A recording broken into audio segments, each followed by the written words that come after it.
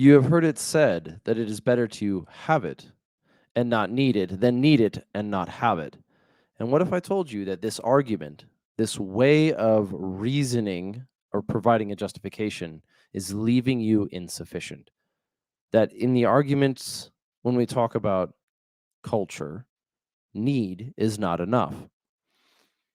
This is episode 96 of the Redacted Culture Cast, titled Need is Not Enough. And it comes out of order because of a conversation that was starting to be had between myself and a certain individual who goes by Caleb Prevail Armament on Instagram, or Prevail Armament. So if you're listening, thank you very much. This is a shout out to you. And we were having this discussion that in some sense was the first time him and I had it, but also a conversation that is not too unfamiliar for those of us in gun culture. In fact, it's a conversation that we have with absolute strangers and people we've known for a long time. It's conversations that we have time and time again with people that we know and people that we care about. And so the question arises from a position of both rhetoric and reasoning.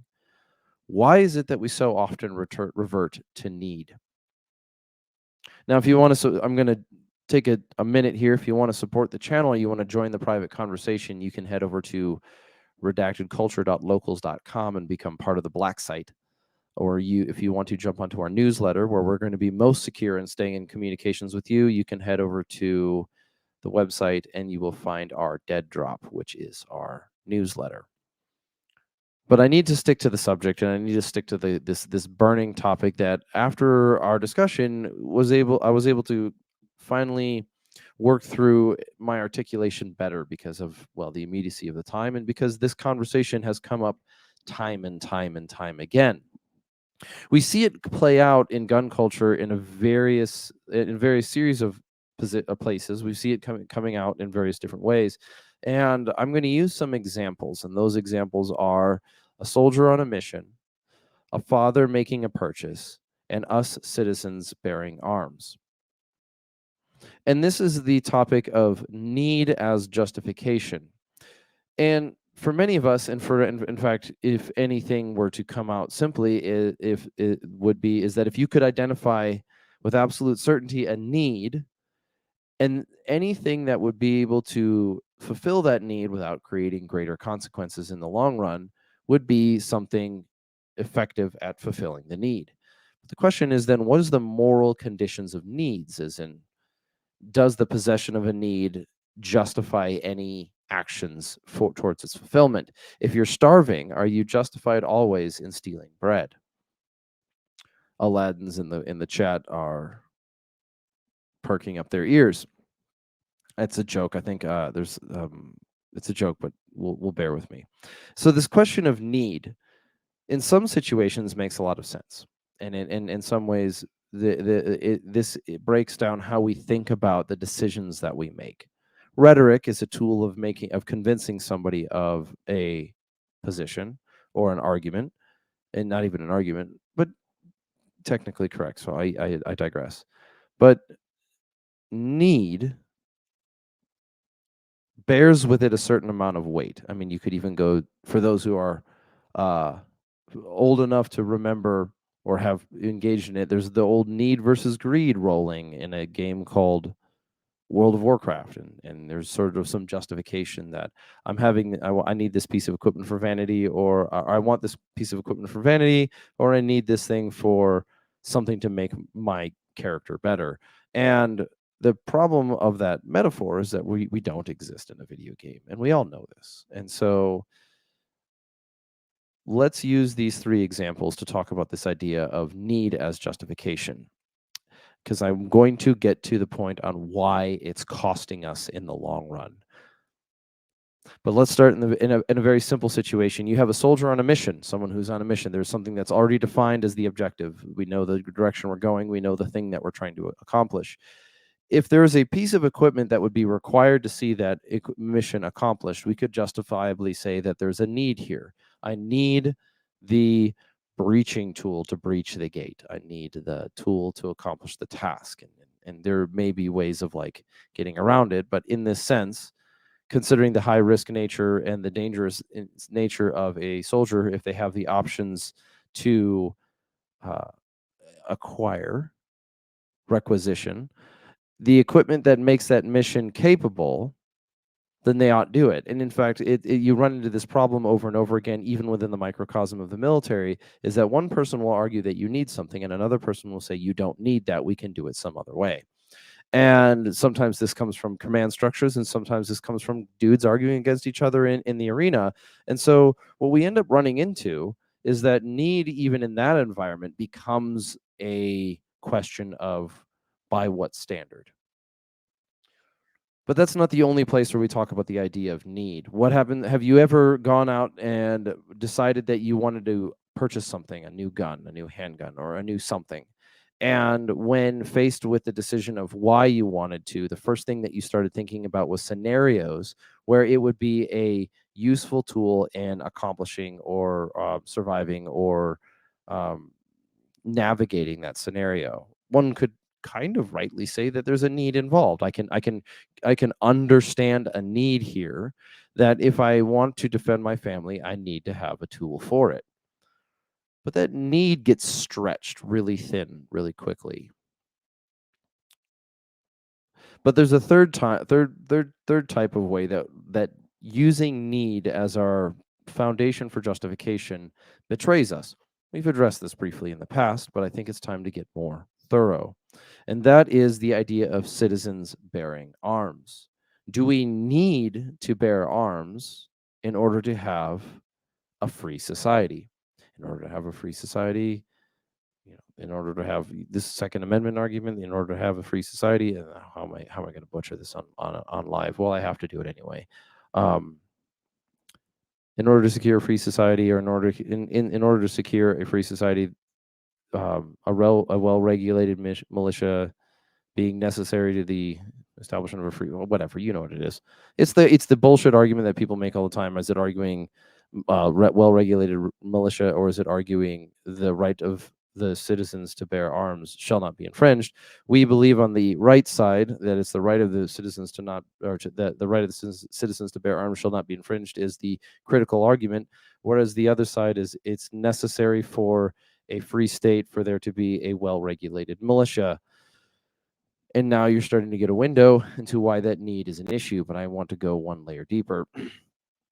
In the example of a soldier on a mission, the question being asked you should ask is your justification sufficient for the end goal and contingencies in mind? When you're asking, do I really need this piece of kit for this mission? It is a question both introspective and one worthy of bringing up to one's peers about whether or not you're bringing something along that will cost you more or give you more benefit. Do you need that for the mission? And if you've been on missions, you know that we have contingencies, and what contingencies are for is for all the other things that could go wrong or go otherwise or change what we expect the mission to be with.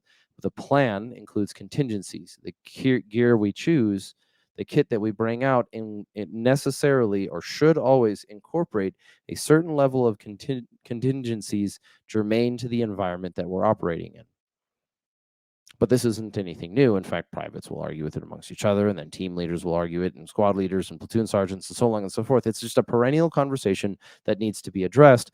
And we know when it goes wrong, when the person choosing what is considered a need for the mission is making the wrong choice, and they're more apt to do this when they don't have skin in the game, when they don't have the benefit of expertise, they don't have the benefit of experience, or they may do, but they do not have the skin in the game to make the decisions for those who are going out on the mission.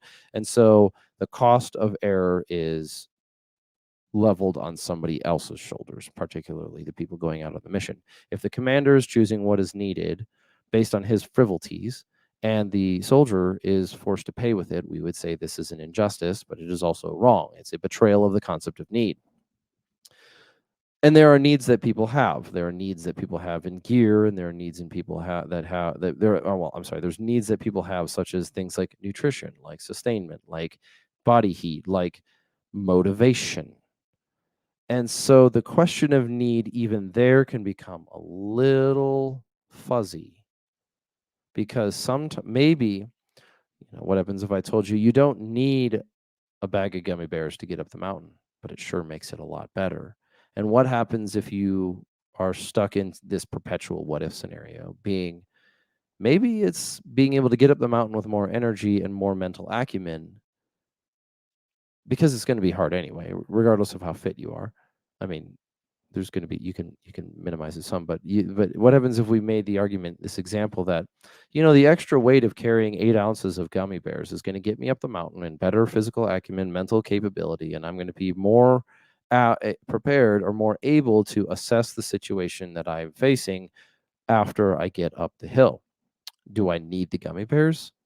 Not technically, because I could still make it up there without, and with some sort of argument of discipline of sorts, I could still get up to the top with that that situational awareness that would allow me to be an effective tool at the top. But now you're still dealing with this argument of, well, it would be better if, and then how much better, and then we have to argue back and forth over whether or not it's a justification. And so that fits well, though, within the context of, we have the mission in front of us. We have done the research. We have done the reconnaissance has been done. We know what it's going to cost of us, at least on the onset, and we can make decisions forthwith. And then also individuals can make decisions because they should be, ought be, in tune with their individual capabilities, their exhaustion levels, their fitness, their gear condition, and so on and so forth. Like, do you need a sewing kit? I don't know. I mean, do I need it? No, maybe, possibly, maybe I do. But even then, in some cases, it'd be better to have it. Now we get back to the problem of, it's better to have it and not need it than need it and not have it. But can you even sew? Who knows? What about for the condition of the father? And so the primary question is, going back to the example of the father. The father asks the question, or says, "Oh, well, I need this for home defense." And the question that he should be asking himself is, am I being honest? Do I need another tool for home defense when I already have one? Well, it's not really need that's your primary justification. Don't be dishonest about your primary justification.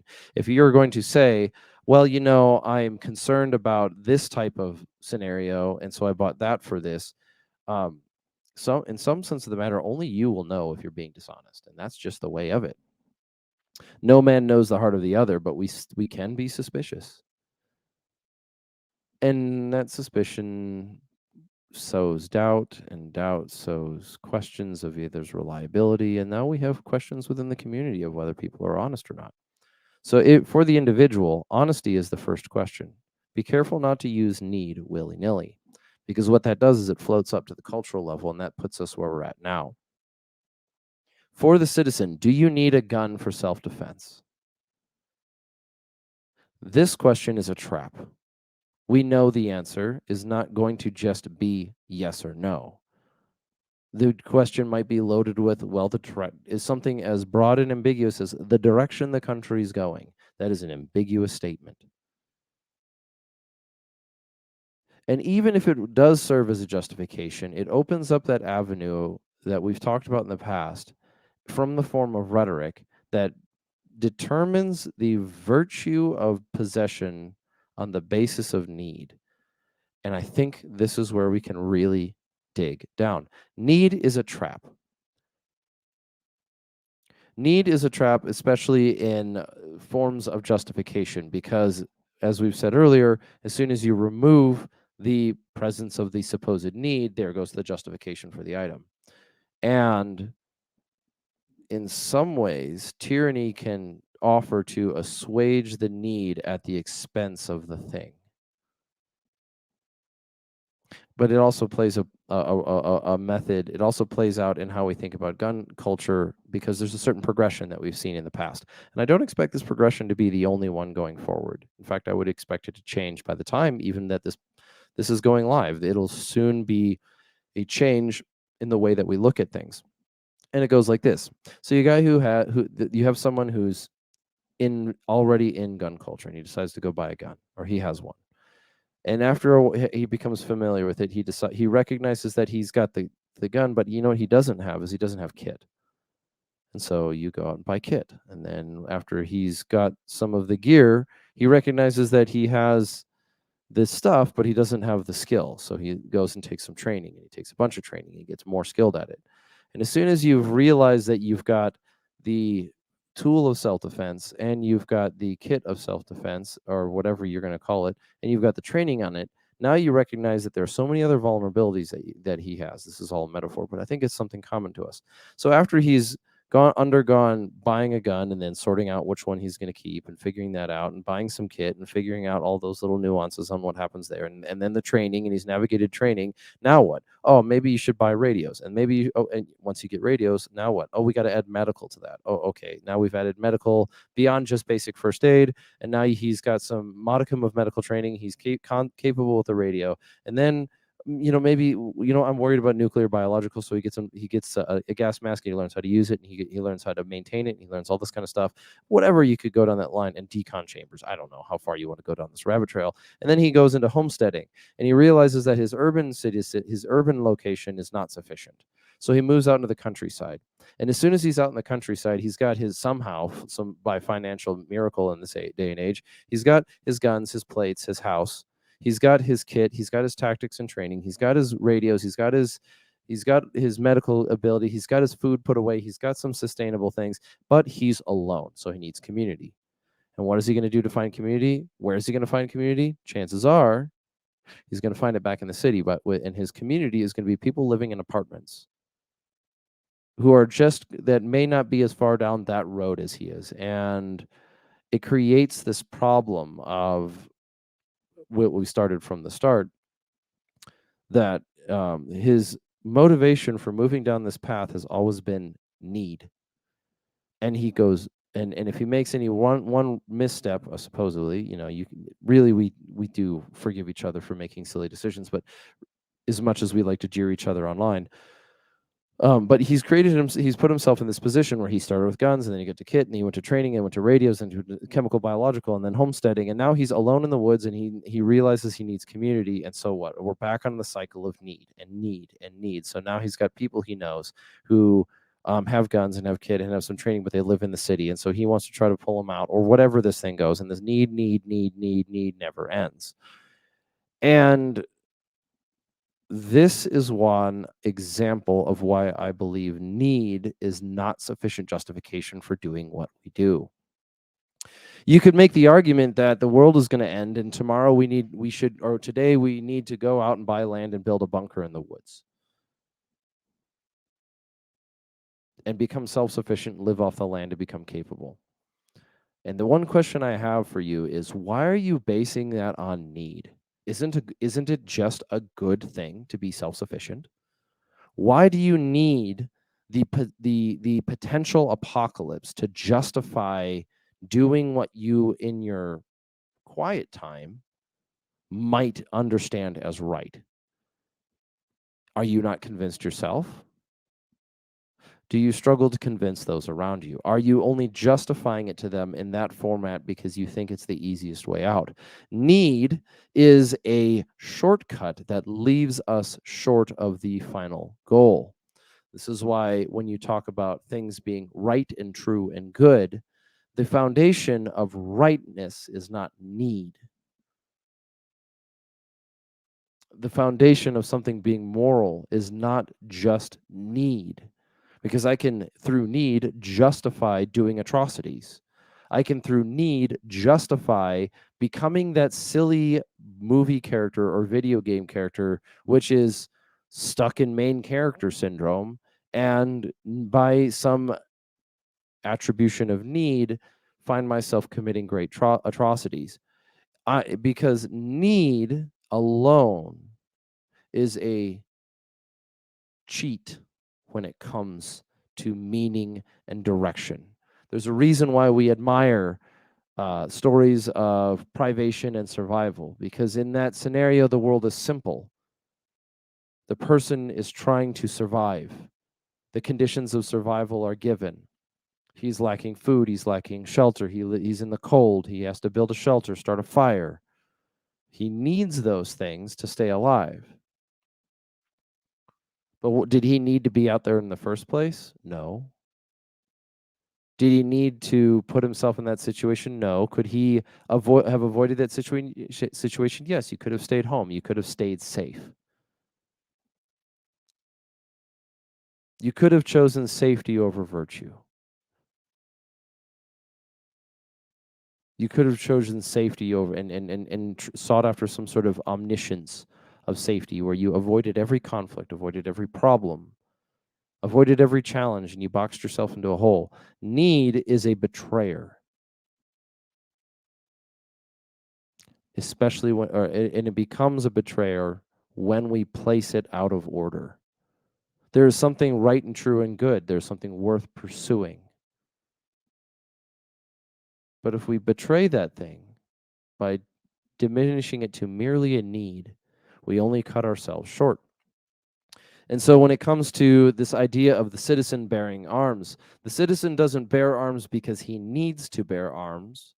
The citizen bears arms because it is right. It is good.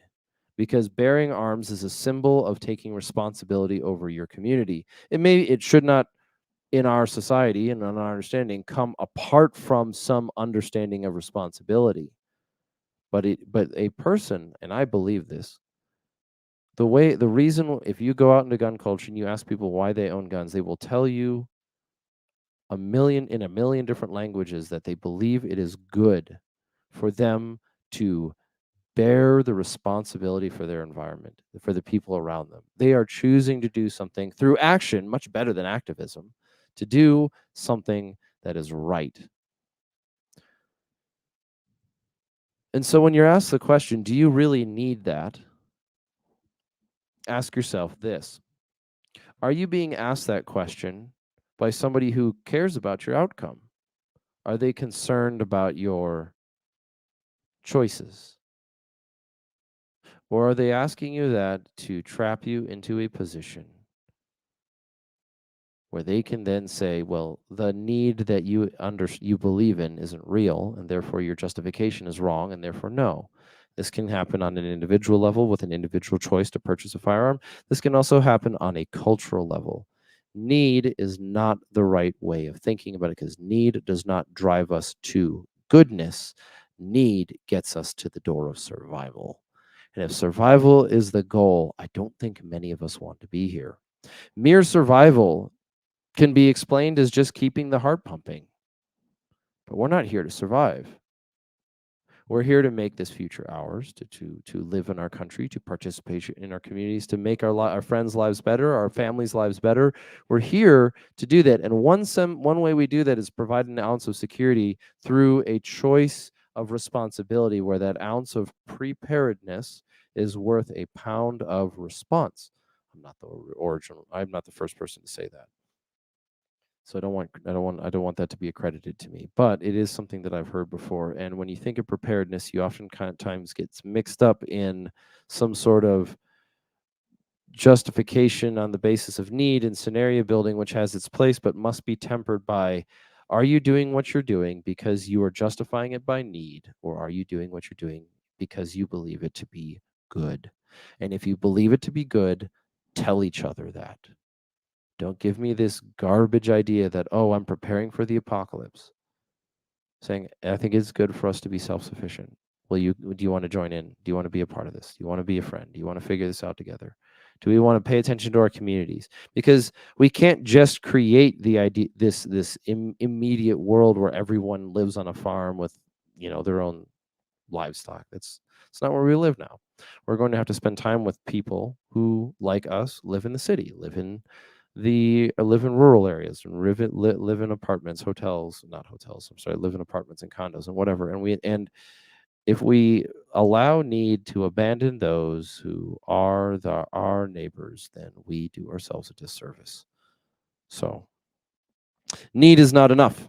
It is only a window. It is only a method of scrying. It is only a purifying question, but it's not a justifying question. We might want to answer the question of need to see if our intentions are honest. But that requires humility. And then we will find out that need is not enough to get us to the goal. So set the goal, aim at it, choose what is good, pursue it. This has been the Redacted Culture Cast, episode 96. Need is not enough.